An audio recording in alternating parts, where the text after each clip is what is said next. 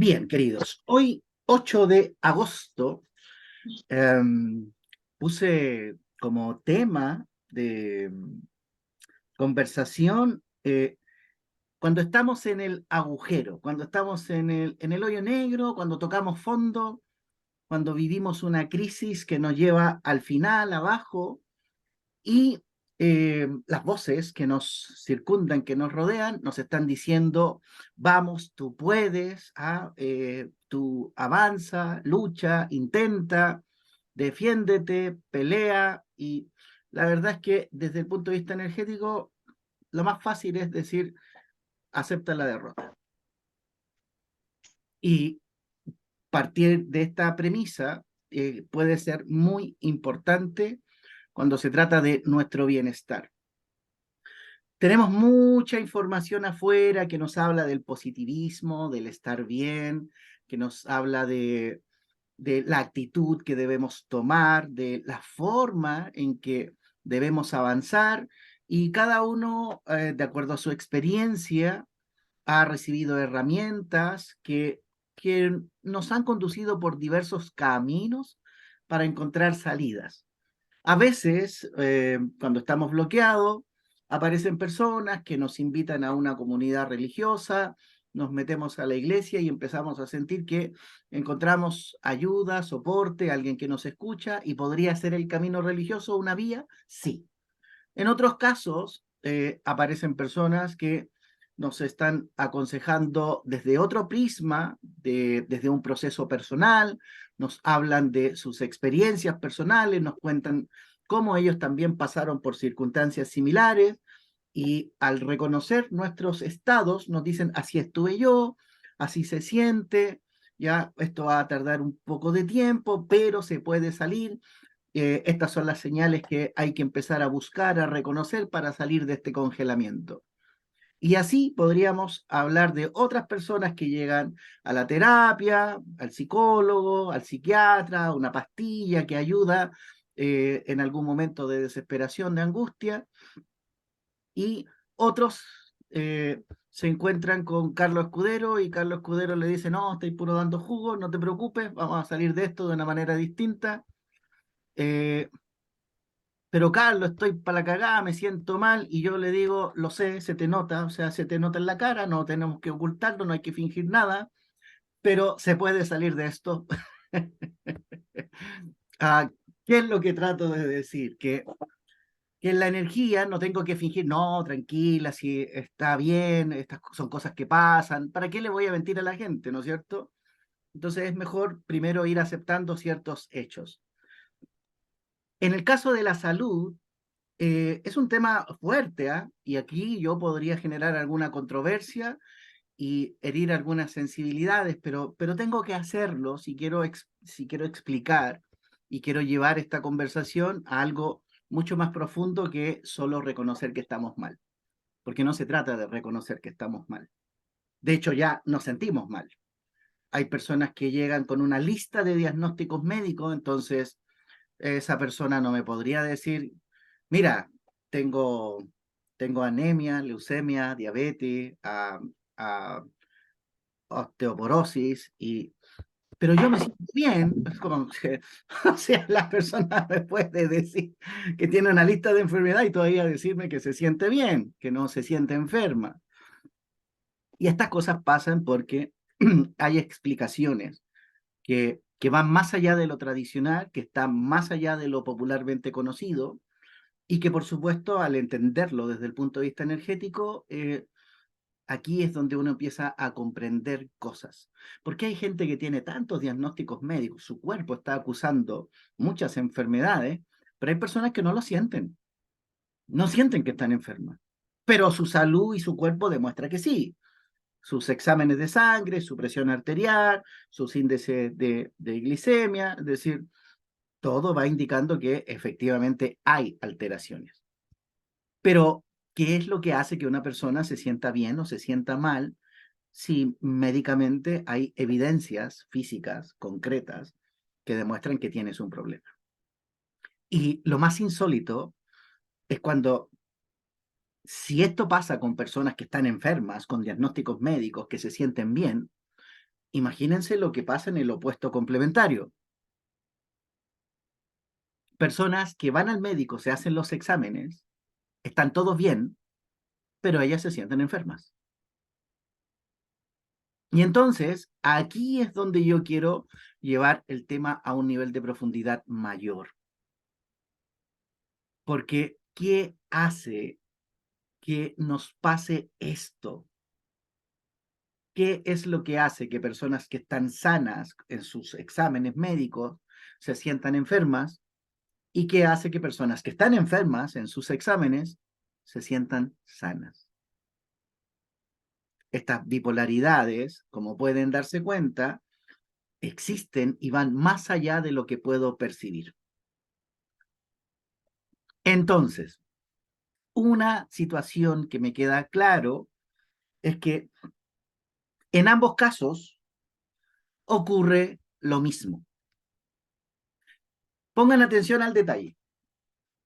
Si yo le pregunto a la Ceci, háblame de tu último chequeo médico y cuéntame cómo te sientes tú. Y la Ceci me dice, mira, mi último chequeo médico dice que estoy bien, que presión perfecta, que mi sangre, mi salud, está todo en armonía, no tengo mayor conflicto. Y yo le pregunto, ¿y tú cómo te sientes?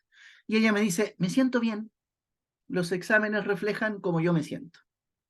Cuando una persona está coherentemente entre lo que el diagnóstico médico dice y además cómo la persona se siente, esta coherencia me está diciendo que ella está viviendo su realidad, tiempo presente. Pero en el opuesto complementario, si la Ceci me dijera, Carlos, tengo en mis exámenes problemas a la presión, tengo aquí unos temitas que tengo que trabajar con el azúcar, hay aquí un asomo de un pequeño quiste en X zona, y yo siento que esto es real, que me afecta. Bueno, de hecho, por eso fui al médico a hacerme los exámenes y arrojaron estos resultados. Si la persona en sus exámenes está enferma y la persona se siente enferma, significa que está en el presente. ¿Ya? Estoy diciendo que cuando una persona tiene sus exámenes médicos malos, pero se siente bien, el problema no es del presente ni es de la persona. Lo que está, lo que ha recibido la persona, en realidad es un problema de un otro, de la familia, del clan familiar. Aquí aplica en bioenergética el transgeneracional. Y pasa lo mismo en el opuesto complementario. Si me siento enfermo, pero mis exámenes dicen que estoy sano, otra vez estoy lidiando con un problema que no es mío, que lo heredé. Ahora, ¿por qué les comento esto? Porque si ahora entendemos qué es lo que está pasando, debo dejar de buscar la información en el presente si la persona está enferma y se siente sana, o si está sana y se siente enferma. Tengo que recurrir a la historia familiar. Y en la historia familiar voy a encontrar los bloqueos, los conflictos que se requieren sanar. Entonces, cuando el paciente está bipolar y me dice, Carlos, mira, tengo esta enfermedad, pero no me siento enfermo, yo me siento bien y no me quiero morir, pero sus exámenes médicos muestran lo contrario, entonces debo buscar información en la historia de la familia. Esto puede tomarse como algo súper concreto a la hora de resolver conflictos. Ahora bien, yo puse en el tema, ¿qué hacemos cuando estamos en el agujero? Bien, me encontraron un cáncer al páncreas. Yo me siento bien, pero mi cuerpo acusa que no estoy bien.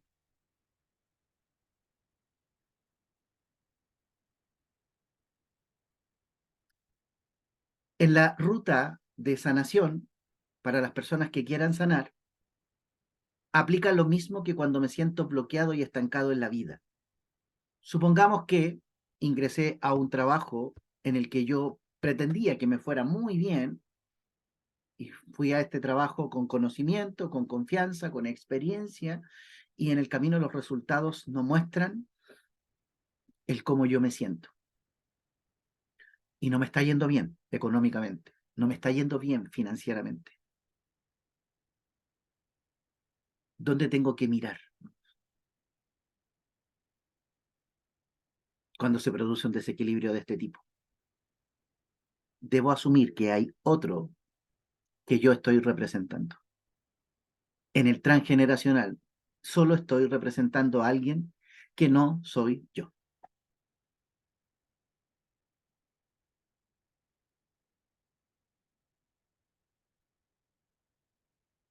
Y cuando entiendo eso y lo acepto, en vez de pensar que soy yo el problema, que eso es lo que hace la mayoría, Carlos, no avanzo, no sé por qué no avanzo, no entiendo por qué no avanzo, tengo todo para avanzar, tengo esto, tengo todos los recursos, están todas las herramientas, tengo el conocimiento, pero algo me frena.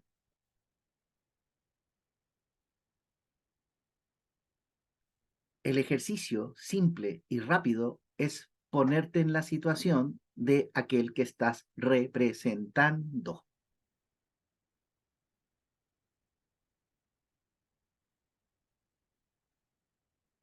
Diálogos de reflexión, de introspección, pueden ser suficientes para empezar el recorrido. Si una persona tiene una lista de enfermedades y siente el dolor de todas ellas, la responsabilidad es de la persona que tiene las enfermedades.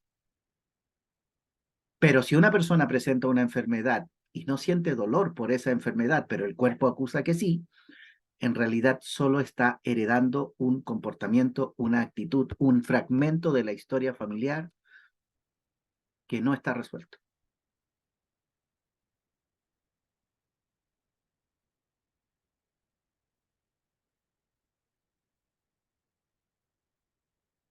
Y entonces, si ustedes tuvieran que hacer una pregunta obvia, la pregunta obvia sería, Carlos, ok, eso que has dicho es lo que me pasa. ¿Qué tengo que hacer?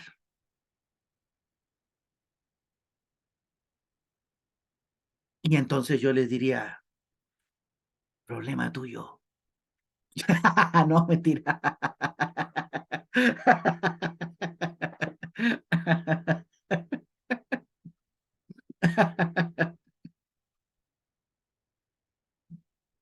Bien, les voy a invitar a hacer un ejercicio para aceptar la derrota. No lo hago pensando en que ustedes son los derrotados. Si sienten bloqueos y estancamientos que sus cabezas, por más que tratan de entender qué es lo que ustedes han hecho mal, es muy probable que no encuentren nada de lo que ustedes han hecho que esté mal. Lo que estoy diciendo es que alguien les ha heredado de su familia un problema no resuelto a nivel emocional. Y mientras la ley de atracción les siga diciendo, piensa positivo, sé optimista, levántate con una sonrisa, sal a caminar, toma aire, come sano, practica deporte, todos esos consejos a la experiencia del que vivió antes y no resolvió el conflicto, le importa una raja. Porque no importa cuántos desayunos saludables y cuánto deporte y cuánta nutrición perfecta tengas, la energía del que no resolvió en el pasado no te va a permitir avanzar.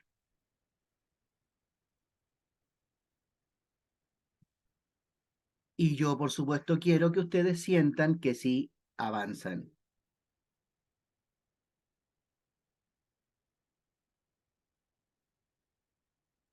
Carlos, Moisés, Carlos, ¿y cómo identificar la persona en el pasado, en la cosa histórica, que haya eludido, te digo, resolver el problema y que a uno lo esté heredando.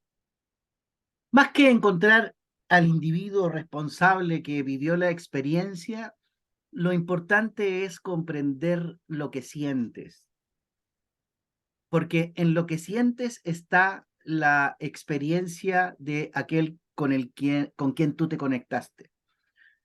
Si hablamos de un cáncer testicular, y eso es la enfermedad que tienes, y sientes que tú no has hecho nada como para que tengas un cáncer testicular, entonces yo pensaría en qué hombre del pasado vivió una humillación en su masculinidad y fue traicionado por su mujer. Y yo me pondría en la posición del cáncer testicular que está acusando que mi genital masculino tiene un problema porque no se siente reconocido, valorado, ha sido despreciado o herido. Y si en vez de pensar en quién fue el humillado de la familia, acepto la humillación y la integro y trabajo desde ahí para aceptar a ese personaje que vivió esa humillación, como si yo estuviera hablando con ese personaje. Es como hablar con la enfermedad, es como hablar con el cáncer, entendiendo que ahí hay una historia de un pariente mío, de un familiar, padre, abuelo, bisabuelo, tatarabuelo, tío, primo, hermano, da lo mismo. Lo que sé es que alguien fue herido en su masculinidad. Y si converso con la enfermedad como si estuviera conversando con ese personaje, y no importa quién sea, solo empiezo a verbalizar cosas como, sé cómo te sientes, me siento abatido, despreciado, esta enfermedad me hace sentir insuficiente, incapaz, que no puedo, me siento débil, frágil. Y mientras vas verbalizando este tipo de emociones y lo que te provoca el cáncer, ah, podrías empezar a decir, me siento, y no importa la enfermedad. Si te dicen Sí. leucemia, no tienes defensas en tu organismo, tu sangre manifiesta el, un tipo de cáncer a la sangre que te puede llevar a la muerte. Entonces, si esa es la energía que me está conduciendo, entonces las palabras para empezar a conversar con mi leucemia es, siento ganas de morirme, porque allá me está llevando a la enfermedad. Sí, pero habría que tener herramientas de descodificación de las enfermedades para poder hablar. Lo eh, sé, eh, eh, lo a sé, ver, sí, sí. claro, Cuando porque creamos las tú, dinámicas de constelación, Moisés, en las sí, constelaciones encontramos un mecanismo para ir entendiendo al pariente o al familiar que vivió este evento. Entonces, esa es una.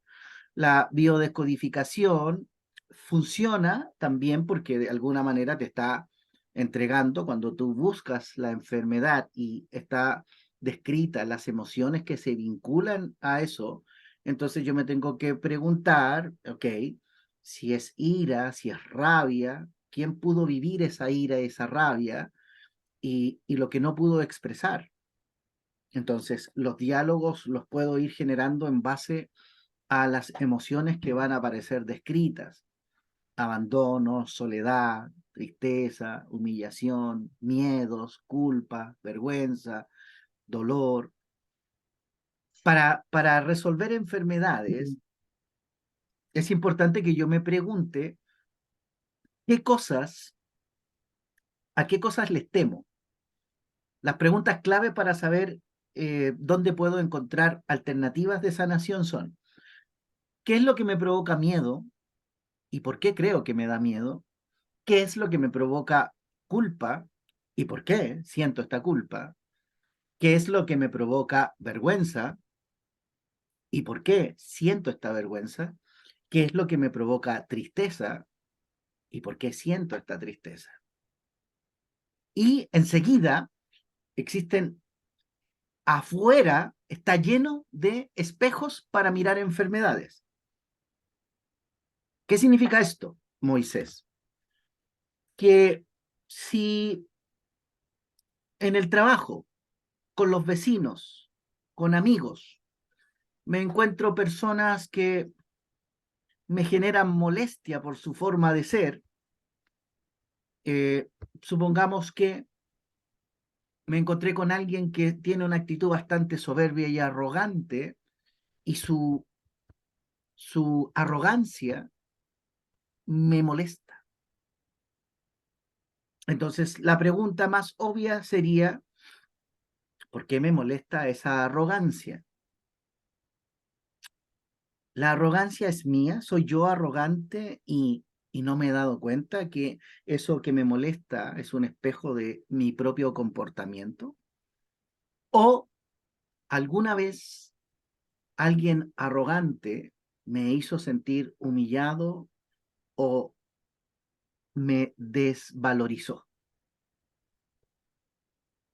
Y entonces, cuando empezamos a mirar los espejos, ¿por qué cuando veo a alguien que sube su publicidad de viajes, me genera envidia que esté viajando y que ande paseando por, no sé, Isla de Pascua, Florida, las Torres de Paine o cualquier otro lugar? ¿Por qué me molesta cuando veo que esa persona tiene recursos para viajar, salir, disfrutar?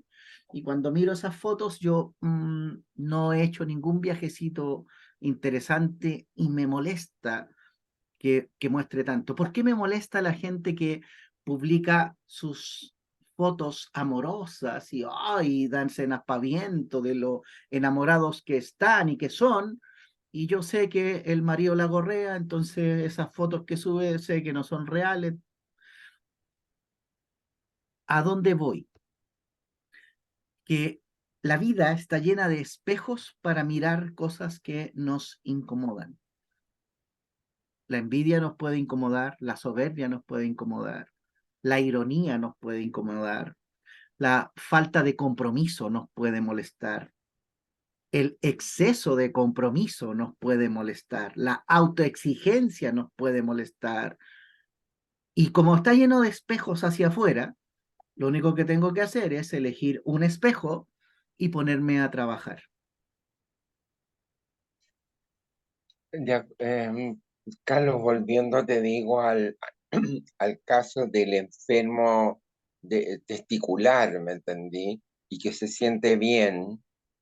em, Ahora lo que te entiendo es, ¿cómo se llama? Enfrentar la enfermedad, conversar con la enfermedad y no es necesario, ¿cómo se llama?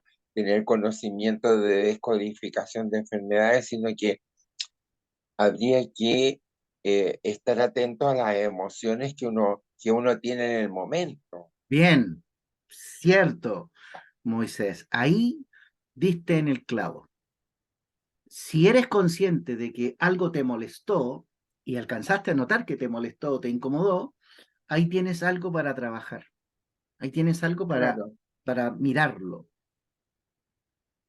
claro, o sea, te digo, la, mm, la explicación que das de los espejos externos, ¿me entendí? Eh, es lo que nos toca en cotidiano ver, ¿no? ¿Me entendí? Pero, ¿cómo se llama? Poniéndonos en el caso, te digo, del tema inicial que tú planteas, que me parece muy interesante, es la persona que está enferma y se siente bien. Ya se pregunta o ve qué emociones surgen de esa enfermedad y bueno, tiene un diálogo con eso y eso significa que está de alguna manera sanando algo histórico. Correcto. Y eso histórico que está sanando por el hecho de verbalizarlo, de llevarlo sí, a una comunicación, las células generan reacciones. Es decir, si le apunto a la información y al diálogo que estoy teniendo, es muy probable que el que tiene cáncer testicular, al verbalizar algo en relación al masculino, las, las células que están ahí, que tienen vínculo con el cáncer, van a tener una reacción. Es como cuando las personas tienen un cáncer al estómago y se ujú, presenta una situación que les hace reaccionar y cuando empiezan a discutir o pelear, el estómago se enciende como una especie de fuego. Entonces, podría ser clara señal de que eso que está ocurriendo es precisamente lo que hay que indagar o seguir trabajando. Entonces, los claro, enfoques son para entender bien el cómo salir del agujero. Los enfoques son, bien, esto lo siento algo mío, me molesta a mí.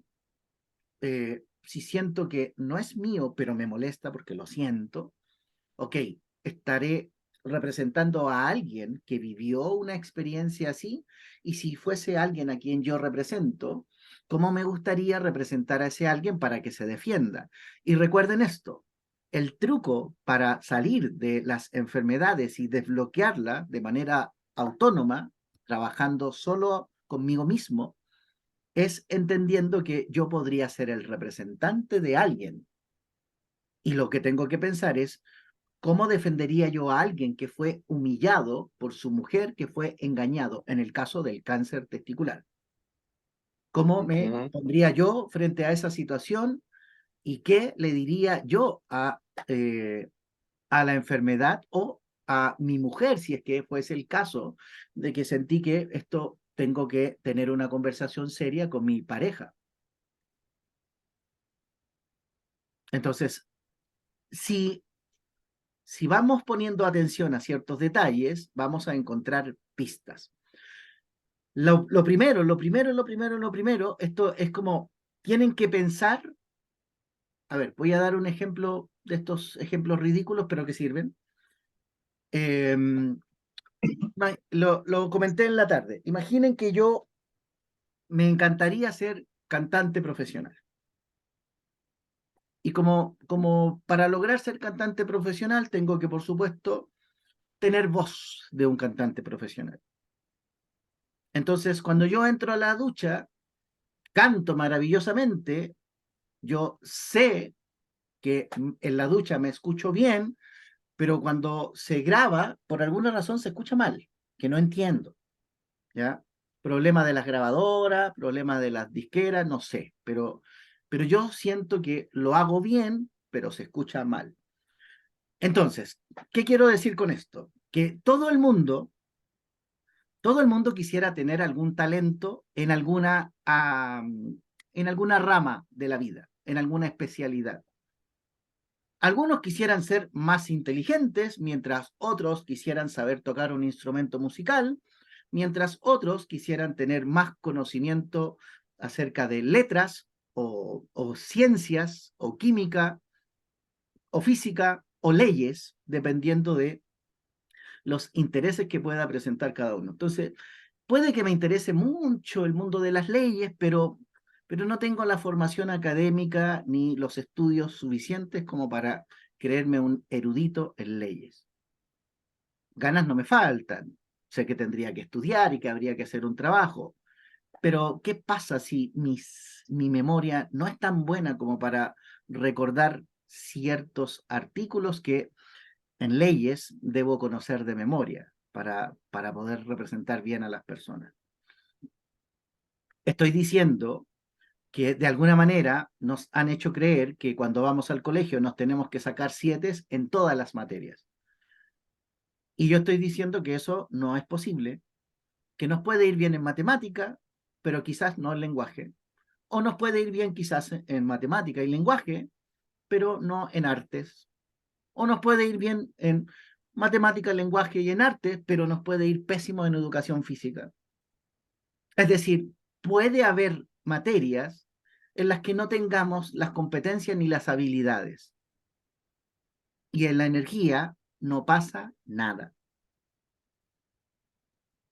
Entonces, ¿para qué existen los cargos en las empresas?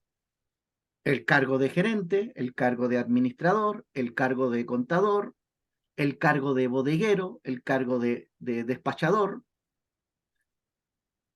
Los cargos existen porque es imposible que una persona sepa hacer todos los cargos, y aunque supiera hacer todos los cargos, una persona no puede desarrollarlos todos porque para eso existe el trabajo en equipo.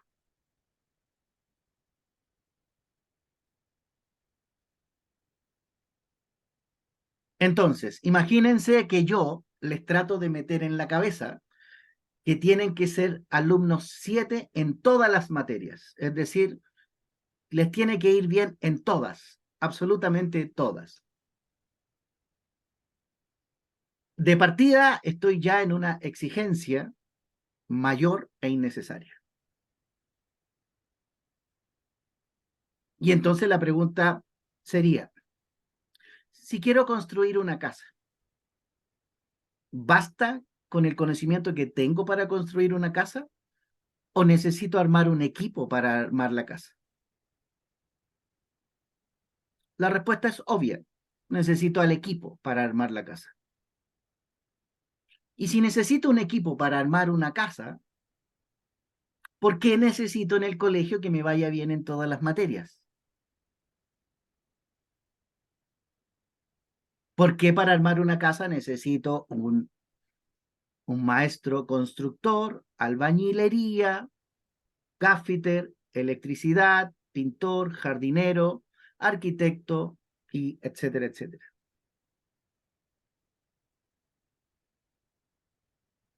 Nos enfermamos porque tenemos autoexigencias estúpidas. Y estas autoexigencias tienen que ver con los roles que tenemos en la vida. ¿Se puede ser un buen hijo? Sí. ¿Ser un buen hijo garantiza que voy a ser un buen marido? No. ¿Ser un buen hijo, ser un buen marido garantiza que voy a ser un buen padre? No. ¿Ser un trabajador, esposo, marido, hijo, hermano, primo, tío, suegro? Son demasiados roles. ¿Los tengo que cumplir todos bien? La respuesta es no. Por una razón súper simple. Puedo ser buen hijo, puedo ser buen marido, puedo ser buen padre, pero puedo ser un pésimo suegro si el permazo que llega a la vida de mi hija no lo considero a la altura de lo que yo quiero tener como yerno y punto. ¿Me convierto en una mala persona por tener un rol que no es suficiente? No. No. No. Ya, pero ese ejemplo último que estás dando, me entendí, concluye, me entendí que la autoexigencia es una base de las enfermedades. Bien, bien, eso es. Ya, pero volvamos al punto anterior de la persona enferma testicular, me entendí, que se siente bien. Entonces ahí habría otra causa de enfermedades que sería, te digo, la humillación que tú hablas. Correcto. Y para explicar esta humillación, la humillación no la vivió el individuo que tiene cáncer testicular. La humillación la vivió su padre. El tema es que el ¿Ya? padre nunca contó de las infidelidades que vivió con su mujer.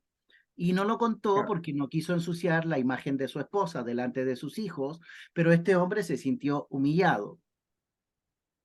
Entonces, ¿heredas algo de la familia anterior que no nos hayan dicho o que hayan ocultado? Exactamente. Cuando nos enfrentamos a diagnósticos que no entendemos, estamos representando a nivel de cuerpo una experiencia no resuelta o guardada en secreto de nuestros familiares en generaciones anteriores a la nuestra o contemporáneos con la nuestra. En el caso del cáncer testicular, un hijo podría tener cáncer de testículo si al padre le fueron infiel y el padre no quiso exponer a su esposa delante de los hijos, se guardó esta información, vivió la humillación, pero no quiso mencionar el hecho. Carlos, ¿Belén? ¿y eso se podría trabajar con un vaso de agua? ¿La canalización del vaso de Absolutamente. agua? Todo lo que he dicho se puede trabajar con vasitos con agua. Representar las situaciones, poner la energía en situación y el diálogo. Recuerden los diálogos. Ahora, otra forma de detectar situaciones que afectan al clan familiar es cuando en una película estoy viendo una escena y esa escena me genera una emoción, alegría o tristeza. Para que yo tenga una reacción sobre una película a nivel emocional, estoy representando una situación de mi familia que se ha activado dentro de mi cuerpo. Y esto me generó o la alegría o el llanto. Marcela, tienes una pregunta y después la Dani.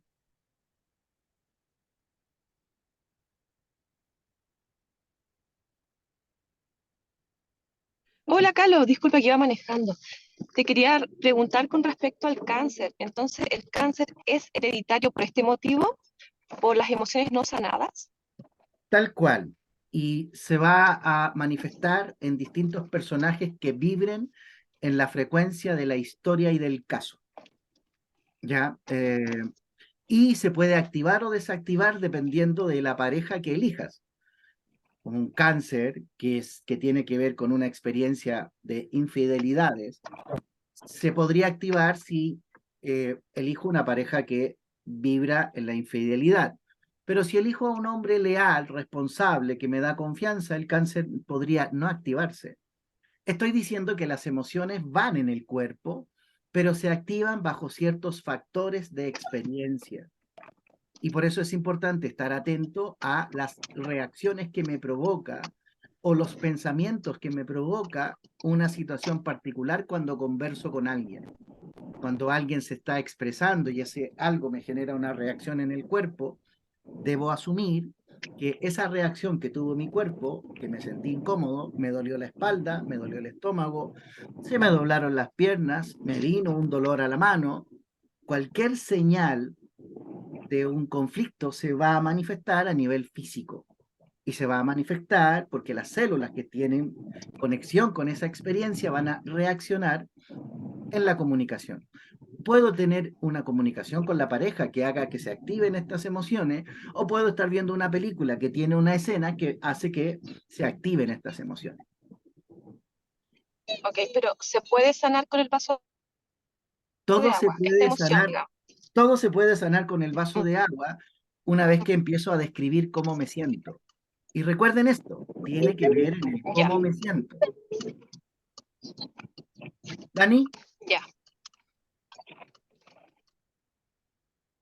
Carlito, mira, a mí me pasó mucho con la Vale cuando estuvo mal, que ella sentía, bueno, al punto de que sentía pena, mucha pena. Y yo me le preguntaba por qué, y no sabía. O sea, no lograba identificar por qué sentía mucha pena. claro, entonces, Y lloraba, lloraba. claro, entonces lo que yo me debo preguntar es, ¿con quién está conectada mi hija que siente esta pena y quién del pasado vivió una experiencia dolorosa que quizás no pudo llorar? O quizás sí vimos llorar, pero no entendimos todo lo que pasó con esa persona. Hay pistas que son historias que están a la vista y hay pistas de cosas que están más ocultas y que cuesta más entender. Pero lo que demuestra la comunicación a través del vaso de agua es que podemos sanar si conversamos directamente con el quiste, con el tumor, con el hígado, con el riñón, con el órgano que pudiera estar afectado. Como si Y el en este órgano, caso, en este caso con la emoción de la tristeza, o sea, ella tendría que hablar con hablarle a la tristeza que siente con el vaso de agua. tal cual, como si la tristeza fuera una persona que no fue atendida, que no fue escuchada, frases como, sé lo que sientes porque yo también lo siento. reconozco tu dolor y sé que fue intenso porque yo lo siento como si fuera tú. Estas frases van a hacer que esas emociones, al sentir que hay una voz que le pone atención, la tristeza puede empezar a sanar. Las personas que yo trato y que les hago conversar con sus emociones son personas que una vez que verbalizaron, ni siquiera entienden a quién o qué persona representa esa tristeza.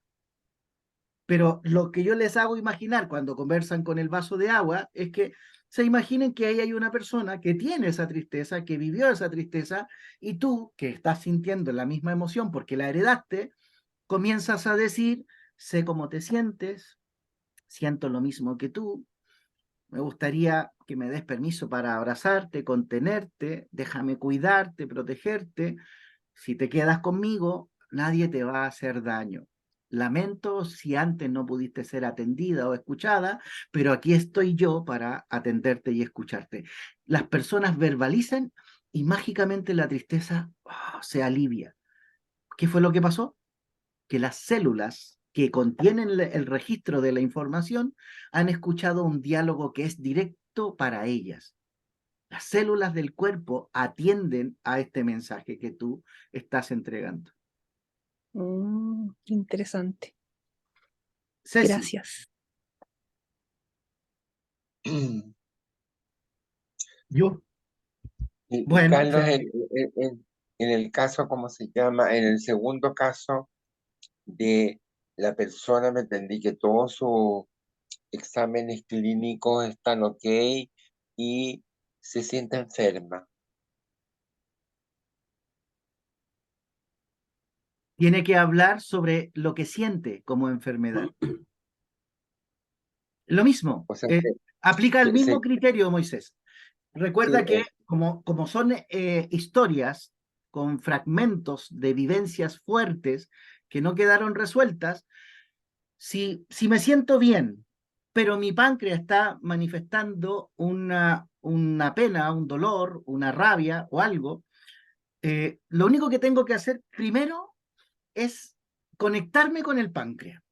Es decir, me abstraigo de la realidad, hago un momento de silencio, respiro y sé que tengo un problema al páncreas. Perfecto, esto me dijeron, que es el páncreas que está fallando. Ya.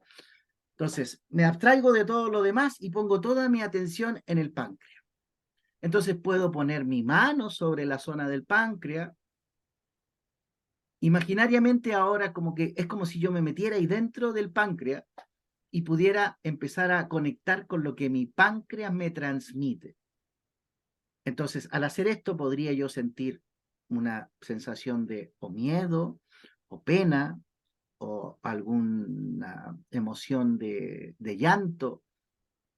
Y lo único que tenemos que hacer es, una vez que conecté con esa emoción y la sentí, comenzar a hablarle. Siento tu miedo, siento tu temor. Y automáticamente el páncreas dentro de tu cuerpo va a empezar a sentir que tiene la atención de alguien que le está hablando. Y esa atención, ojo, estoy hablando de la persona que se siente sana, pero que al conectarse con el órgano que está enfermo y darle toda la atención al órgano que está enfermo, puede empezar a sentir cosas distintas de estar muy bien. Ahí recién podría empezar a sentir que aquí sí pasa algo cuando hago este ejercicio de sentir al cuerpo.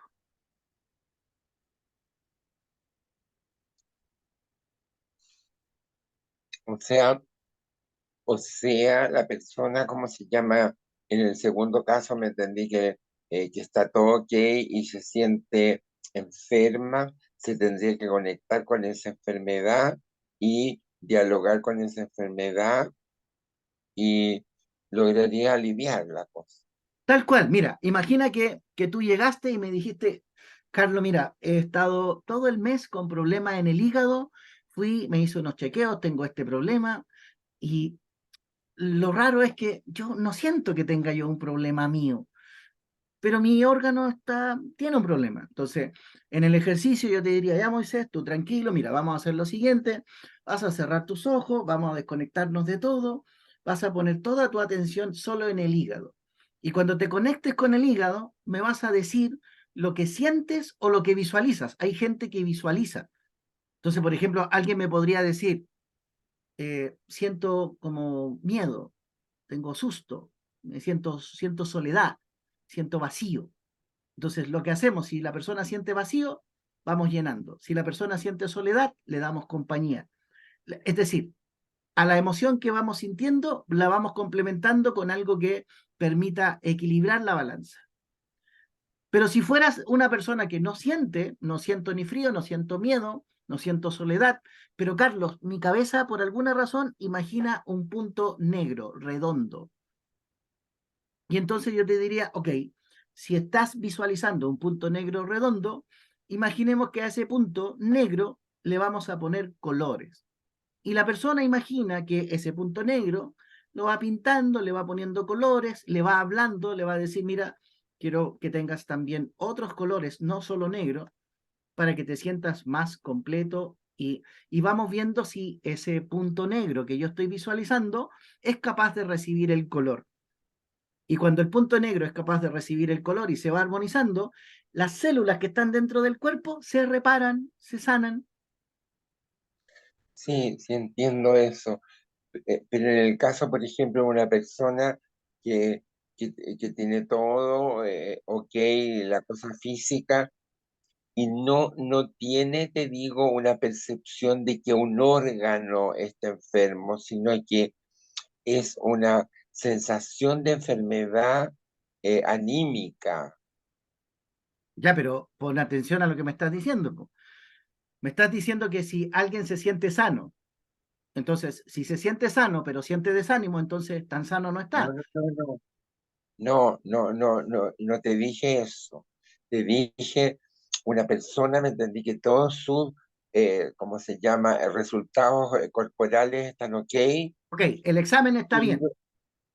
y claro, y tampoco, ¿cómo se llama?, tiene como en el caso que tú ponías del páncreas o hígado, me entendí, la sensación que tiene un órgano enfermo, sino Bien, que él se siente enfermo. Él se siente enfermo, no del páncreas, ni del hígado, ni de la cabeza, de ningún órgano, sino que se siente enfermo. ok, pero si volvemos de nuevo a lo mismo.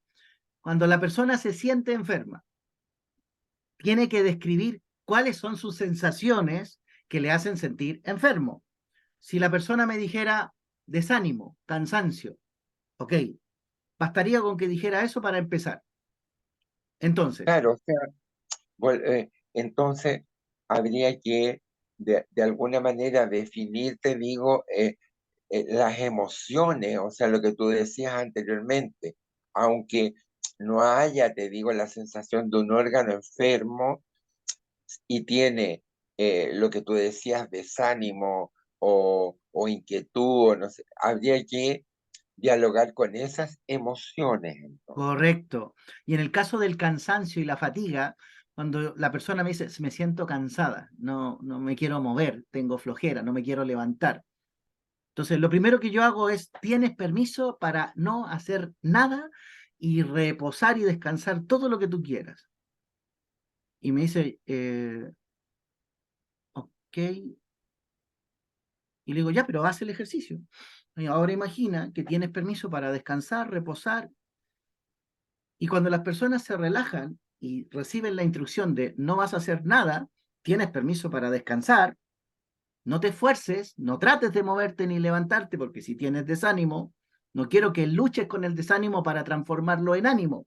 Solo acepta el cansancio y descansa.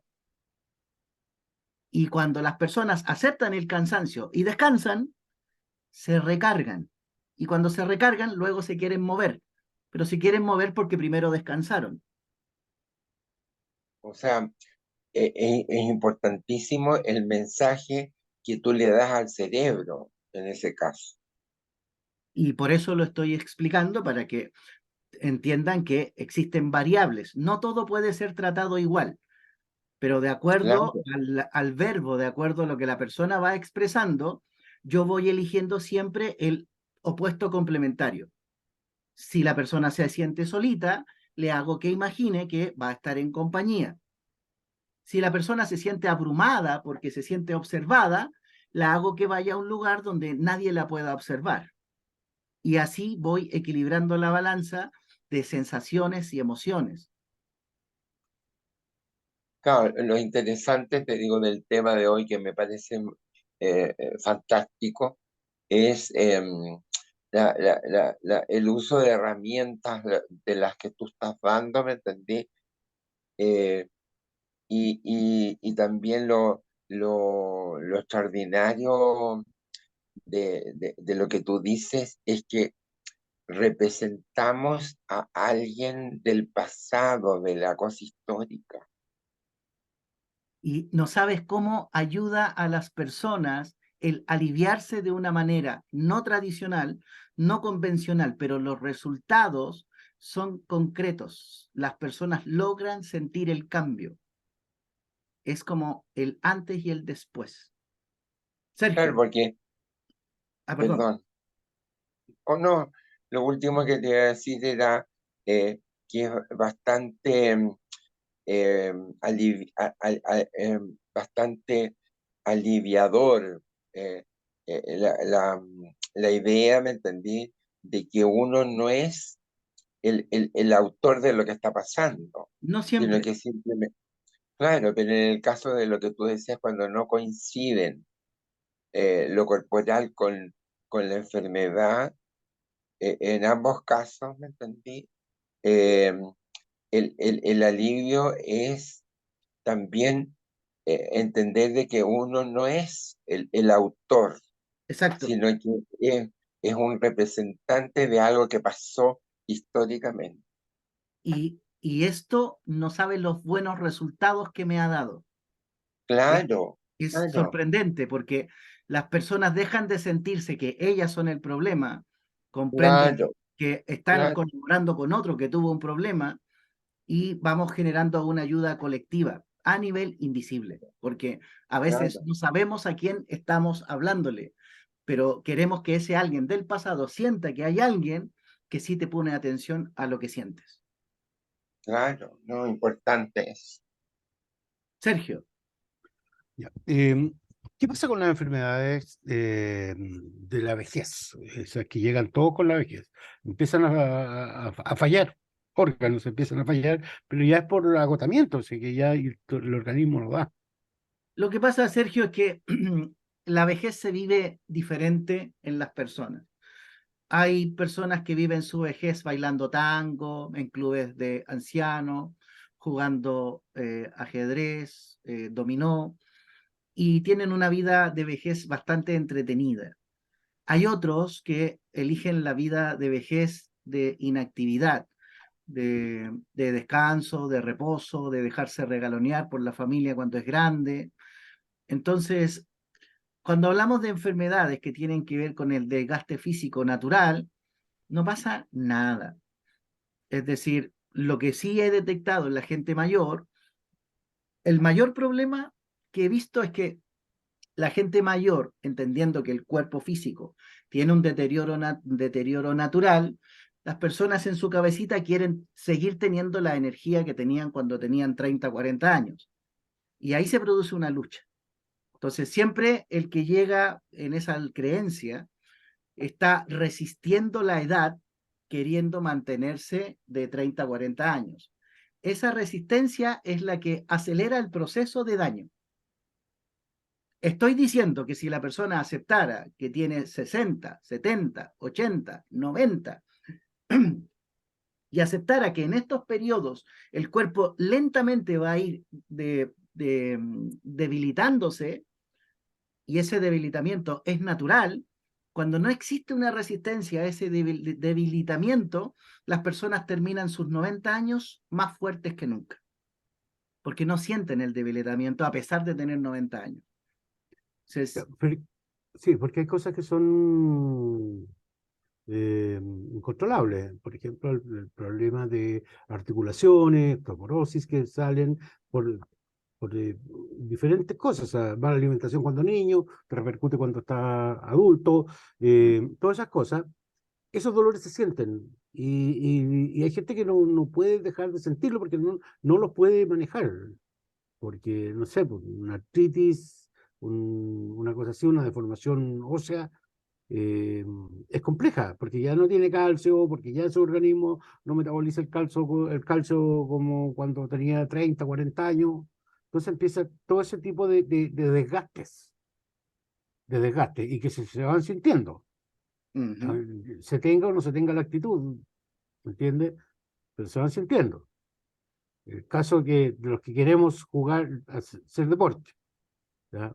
Vamos sintiendo que ya eh, queremos llegar y no llegamos, que ya duelen los tobillos, duelen las rodillas, que después de un partido ya no es como antes, que antes uno se hacía un calentamiento en la mañana y seguía caminando y seguía porque se le pasaba el dolor, y ahora cuesta porque tu organismo, hay que entender que tu organismo no está eh, reaccionando de la misma manera, no tiene la misma capacidad de regeneración, de regenerar, por ejemplo, un músculo dañado por ejercicio extremo. No se regenera de la misma manera de que se regeneraba cuando uno tenía 40, 30 años. A Por eso, eso, a eso yo le llamo resistir la edad. Es decir, no puedes fingir que tienes 30 cuando en realidad ya tienes sí, 60. O sea, no se puede fingir eso. Entonces, lo que yo he dicho es que las personas que van aceptando esa cronología de tiempo y que no están en esa lucha de tratar de resistir, esas son las que avanzan sin mayores dificultades y que no se le producen estos dolores en las articulaciones y que estas dolencias no se manifiestan de manera tan severa. Pero el que en su cabeza quisiera sentirse de 30 teniendo 60, automáticamente esa discrepancia entre lo que pienso y entre lo que el cuerpo físico es, esto va a hacer que la persona, en vez de estar más sana, se va a sentir más enferma, porque su cerebro va a generar un pensamiento de ya estoy viejo, ya no sirvo, y se empieza a autoatacar. Pero una persona que no está pensando que está más viejo y que no se está autoatacando, empieza a disfrutar. Lo que cambia naturalmente es que cuando siento que ya no tengo la misma fortaleza, busco una actividad de una intensidad menor, o juego menos tiempos en el partido, o simplemente quiero seguir jugando, pero en vez de jugar los 40 minutos, pido jugar 10 minutitos porque con 10 minutitos yo quedo súper bien y me recarga, me revitaliza, y eso es todo. No significa dejar de hacerlo, significa gradualmente, así como la edad y el tiempo va avanzando, ir reduciendo el partido de claro. 90 minutos, ahora tiene que durar menos, ¿no? Sí, sí, eso es entendible, lo entiendo perfectamente. Pero ¿qué son aquellas personas, por ejemplo, yo he visto, o sea, uno ha visto envejecer, familia, madres, hijos, tíos o amigos que envejecen de distinta manera, que quedan con problemas, que, no sé, a mi cuñada tuvieron que poner una prótesis en la rodilla, a otra amiga le pusieron una prótesis en una cadera, porque ya ese organismo le estaba fallando. Eso no tiene una forma de, de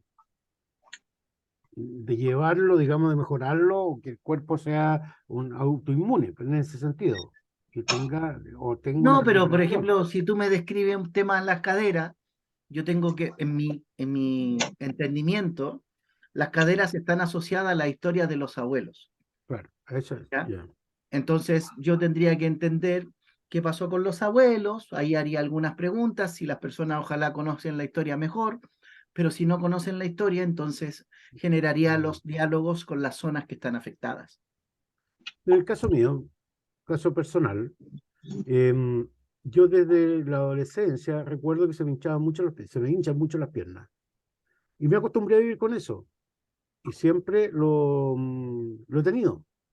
Y en verano a veces es insoportable, o sea, no es insoportable, lo tengo que manejar de una forma, mojarme las piernas con agua fría para disminuir el hinchazón. Eso, ¿a qué se puede deber eso?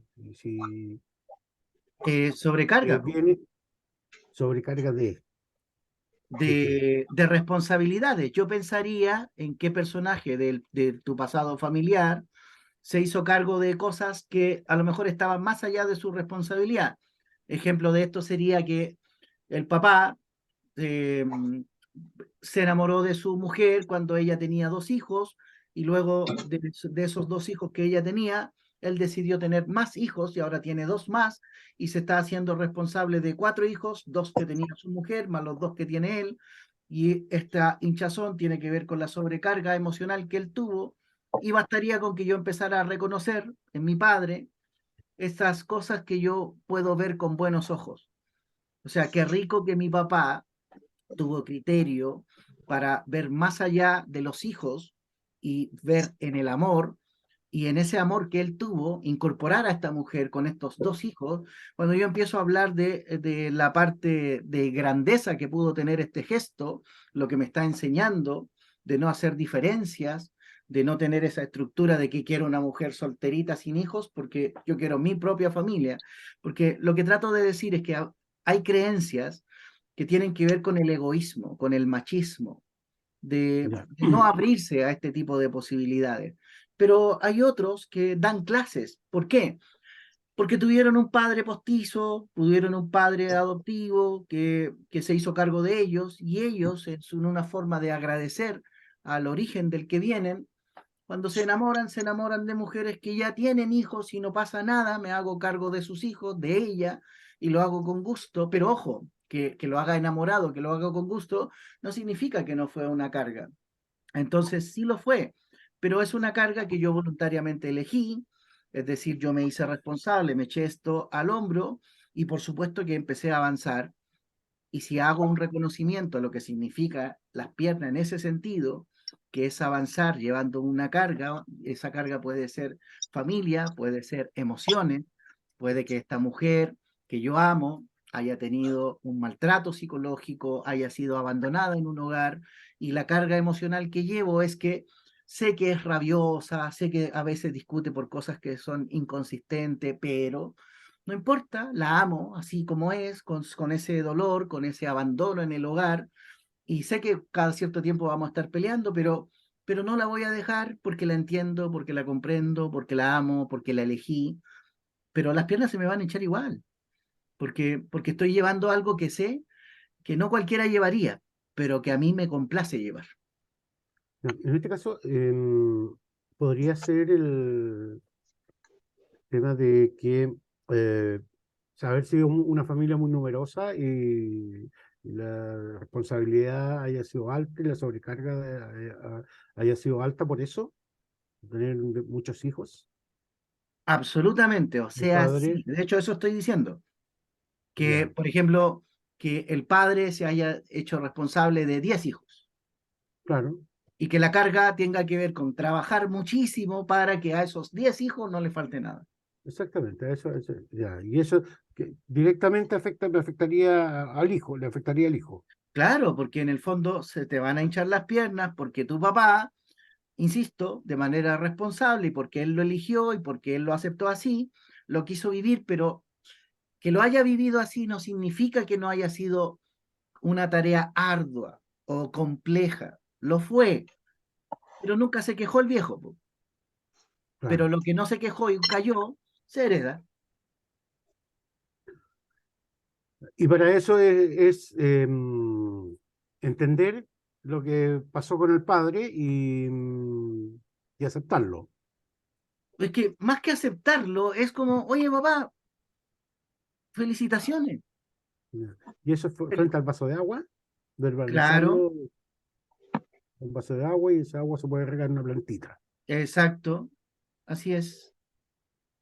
Carlos, respecto a lo que está diciendo Sergio, él dice, me entiende, que tiene esa afección en las piernas y no sería válido que él se preguntara su sobrecarga personal y además de esa histórica que tú estás hablando.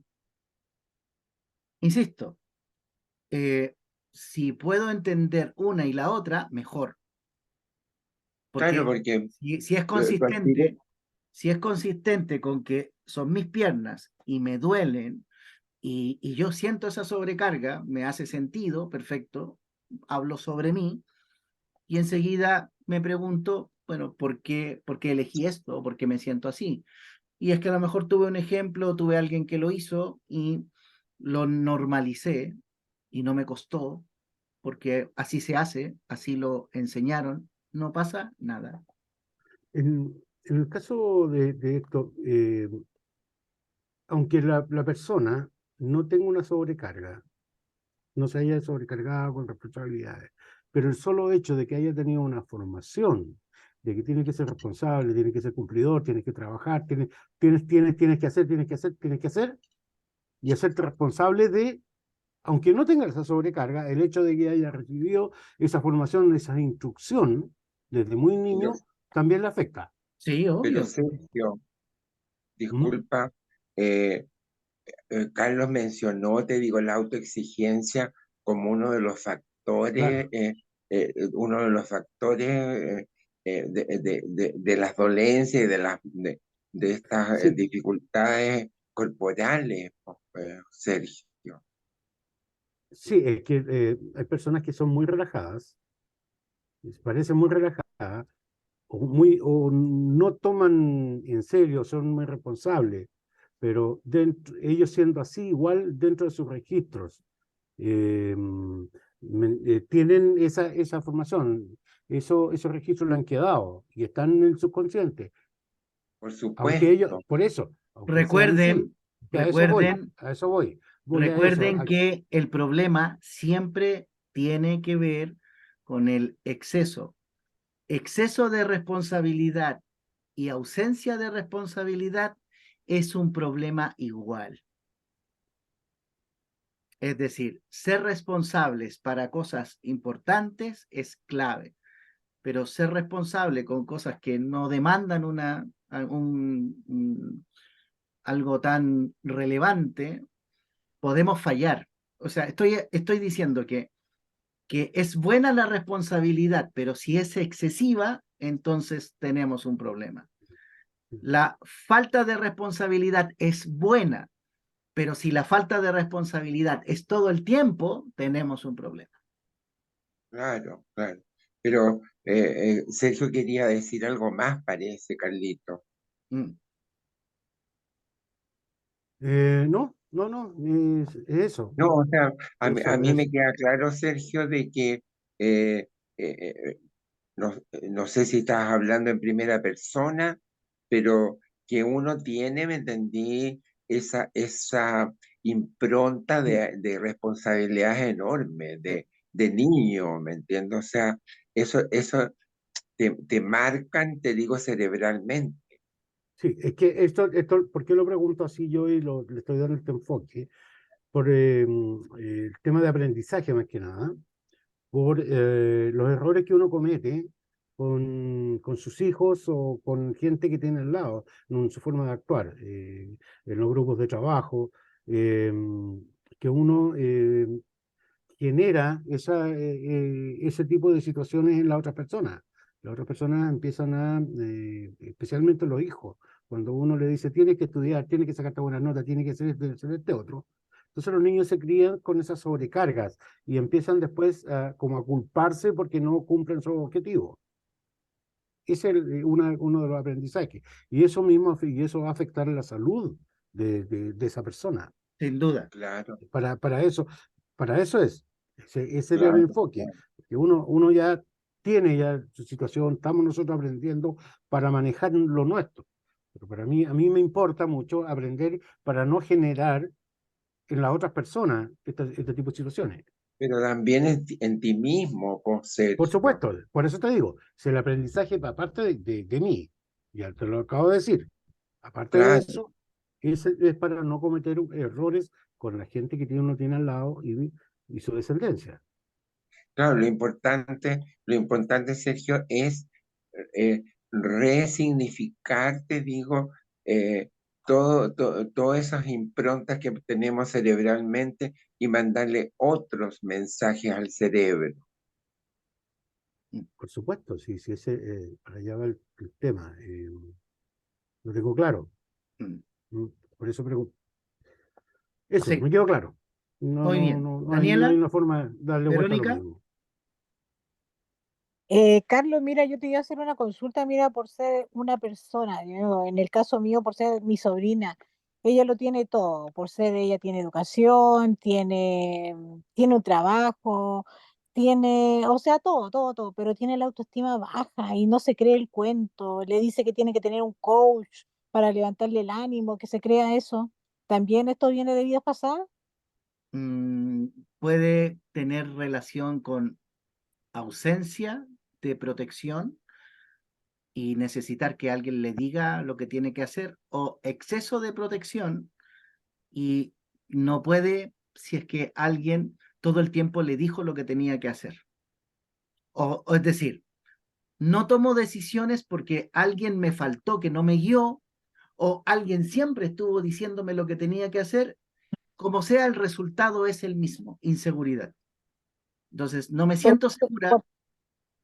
por ser en este instante, ella tiene 30 años, ya salió, está trabajando, no está en el lugar, en el lugar protegido, sino que está en una caleta, que ella es socióloga, y se encuentra fuera de Santiago, está fuera en una localidad chiquitita, y ha tenido que saber sobrellevar y no quiere regresar a la casa, le ha costado todo el asunto este, pero igual yo encuentro que por ser tiene un buen trabajo, pero ella no se cree el cuento. Claro, Y hay entonces otra ahí tenemos un problema, Berito, que hasta que no trabaje ella el amor propio y reconocerse a ella, la baja autoestima no le va a permitir salir adelante.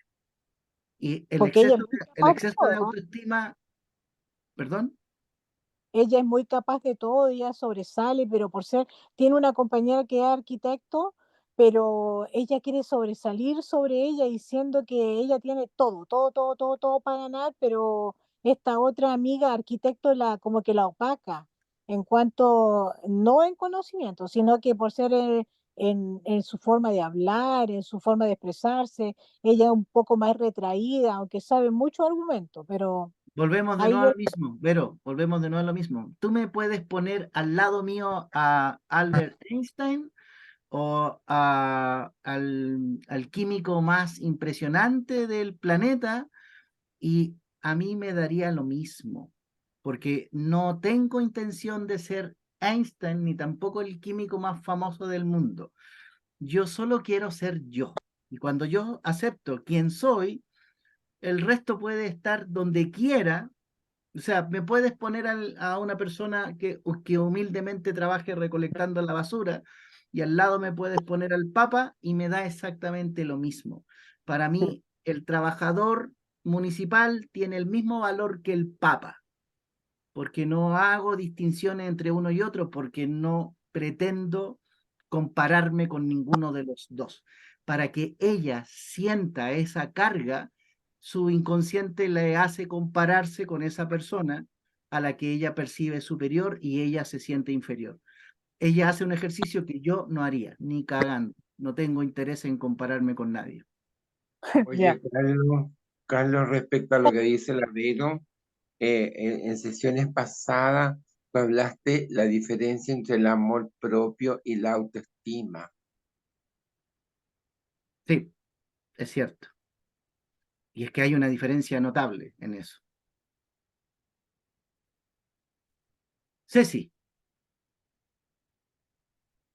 le voy a pasar Eh, ese video a la Vero. quisiera, quisiera saber qué pasa con las enfermedades degenerativas, por ejemplo, el Alzheimer o la demencia senil. Claro, volvemos Eh, también a lo mismo. Son historias, secretos, cosas que no se contaron, que quedaron ocultas, partes de la vida que se van borrando. Y ojo, eh, pueden ser secretos de la persona, que la persona haya elegido no contar nunca algo que vivió. Ejemplo de esto podría ser que a los 13 años se embarazó y abortó, y la persona es muy espiritual, muy religiosa y guarda ese secreto, no quiere ensuciar su imagen frente a la familia, a los hijos, y esta necesidad de olvidar y borrar ese evento podría generar Alzheimer. pero se trata de la misma forma porque, por ejemplo, un enfermo, una persona que esté con Alzheimer, jamás vaya a poder ponerla frente a un vaso, por ejemplo, pero sí la familia podría actuar ahí.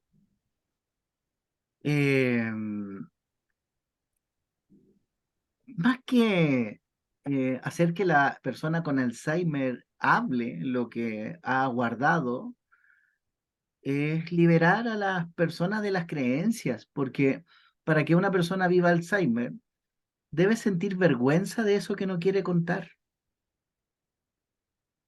Entonces yo trabajaría la liberación de la vergüenza eh, ah, y insistiría en el diálogo, ¿ah? Ojo, no es un diálogo que haría una vez, es un diálogo que yo repetiría y le diría que no hay nada que sea tan grave como para que la persona se sienta condenada o avergonzada que no pueda contar.